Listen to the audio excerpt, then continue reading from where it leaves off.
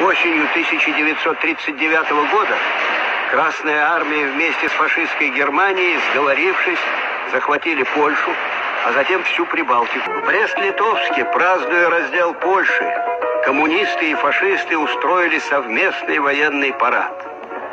Дружба большевиков с фашистами становилась все крепче. А в Берлине звучит гимн коммунистов всего мира. Это приехал Молотов на встречу с Адольфом Гитлером. Им есть что обсудить. У большевиков и фашистов много общего. Есть общие интересы. Они находят полное взаимопонимание.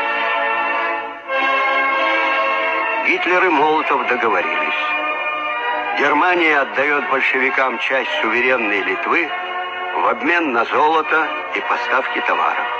Только за последние 5 месяцев до начала войны большевики поставили фашистам 1,5 миллиона тонн зерна, 1 миллион тонн леса, 101 тысячу тонн хлопка, 865 тысяч тонн нефти.